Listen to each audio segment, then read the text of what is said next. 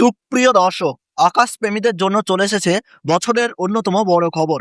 আর মাত্র কিছু সময়ের অপেক্ষা, তারপরেই হতে চলেছে এই বছরের দ্বিতীয়তম এবং শেষতম চন্দ্রগ্রহণ। আর এই গ্রহণকে ঘিরে ইতিমধ্যেই মানুষের মধ্যে তৈরি হয়েছে তুমুল কৌতূহল। সব থেকে গুরুত্বপূর্ণ বিষয় হলো এই চন্দ্রগ্রহণ চলবে প্রায় 3 ঘন্টা 18 মিনিট। আর গ্রহণ শুরুর ঠিক 12 ঘন্টা আগে থেকেই শুরু হবে সূতককাল, এমনটাই প্রচলিত বিশ্বাস। তাহলে ঠিক কখন শুরু হবে এই গ্রহণ? ভারতবর্ষ ও বাংলাদেশের সময়ের মধ্যে কতটা পার্থক্য থাকবে? কোথা থেকে দেখা যাবে এই মহাজাগতিক দৃশ্য? আর গ্রহণ চলাকালীন গর্ভবতী মহিলাদের নিয়ে যে বিভিন্ন সতর্কতার কথা বলা হয়েছে, সেগুলোর মধ্যে কোনগুলো প্রচলিত বিশ্বাস আর কোনগুলো বাস্তবসম্মত, আজকের ভিডিওতে একসঙ্গে জানিয়ে দেব এই চন্দ্রগ্রহণের সম্পূর্ণ সময়সূচি এবং গুরুত্বপূর্ণ আপডেট।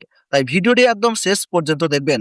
আর এমন গুরুত্বপূর্ণ খবর সবার আগে পেতে এখনই চ্যানেলটি সাবস্ক্রাইব করে পাঁচ টাকা বেল আইকনটি প্রেস করে রাখবেন। আর আপনি কোন জেলা বা শহর থেকে এই ভিডিওটি দেখছেন কমেন্টে অবশ্যই জানিয়ে দিন। দর্শক বন্ধুরা, এই বছরের দ্বিতীয় এবং শেষতম চন্দ্রগ্রহণটি Antarctica, Africa, Europe, Asia, Bharat মহাসাগর, আটলান্টিক মহাসাগর এবং প্রশান্ত মহাসাগরের আশেপাশের বিভিন্ন অঞ্চল থেকে দেখা যাওয়ার কথা রয়েছে। তবে ভারতবর্ষ ও বাংলাদেশ থেকে এই গ্রহণ কতটা দৃশ্যমান হবে, সেটিই এখন বড় প্রশ্ন। বাংলাদেশের আবহাওয়া দপ্তরের তথ্য অনুযায়ী বাংলাদেশ থেকে এই গ্রহণ দৃশ্যমান হওয়ার সম্ভাবনা খুবই কম। এবার আসি সবচেয়ে গুরুত্বপূর্ণ সময়সূচিতে। আগামী 28শে আগস্ট শুক্রবার ঘটবে এই চন্দ্রগ্রহণ। বাংলাদেশের সময় অনুযায়ী গ্রহণ শুরু হবে সকাল 8টা 34 মিনিটে। গ্রহণের মধ্য সময় থাকছে সকাল 10টা 13 মিনিট এবং গ্রহণ পুরোপুরিভাবে শেষ হবে সকাল 11টা 52 মিনিটে।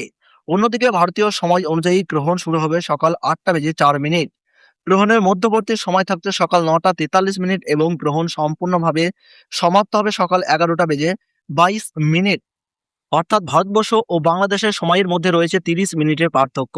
এবার আসি গর্ভবতী মহিলাদের নিয়ে প্রচলিত সতর্কতার কথায়। চন্দ্রগ্রহণের সময় গর্ভবতী মহিলাদের খাবার না খাওয়া, বাইরে না যাওয়া, কাঁটাছেঁড়া বা সেলাই না করা এবং মানসিকভাবে শান্ত থাকার মতো বেশ কিছু নিয়ম প্রচলিত রয়েছে। তবে এগুলোর অনেকটাই ধর্মীয় ও লোকাচারের মধ্যে সম্পর্কিত। এগুলোকে চিকিৎসা বিজ্ঞানের প্রমাণিত নিয়ম হিসাবে ধরা হয় না। তাই গর্ভবতী মহিলাদের জন্য সবচেয়ে গুরুত্বপূর্ণ বিষয় হলো পর্যাপ্ত খাবার ও জল গ্রহণ, স্বাভাবিকভাবে থাকা এবং কোনো শারীরিক সমস্যা হলে চিকিৎসকের পরামর্শ নেওয়া। তবে আপনি যদি পারিবারিক বা ধর্মীয় বিশ্বাস অনুযায়ী কোনো নিয়ম পালন করতে চান, তাহলে অবশ্যই নিজের ও গর্ভস্থ শিশুর স্বাস্থ্যের বিষয়টিকে সবার আগে গুরুত্ব দেবেন। সুপ্রিয় দর্শক, 28শে আগস্টের এই চন্দ্রগ্রহণ নিয়ে আপনার কি মতামত? ভারতবর্ষ বা বাংলাদেশ থেকে আপনি এই গ্রহণ দেখার সুযোগ পাবেন কিনা কমেন্টে আপনার জেলা বা শহরের নাম লিখে জানিয়ে দিন। আর ভিডিওটি গুরুত্বপূর্ণ মনে হলে অবশ্যই বন্ধু বান্ধব এবং পরিবারের সঙ্গে শেয়ার করবেন।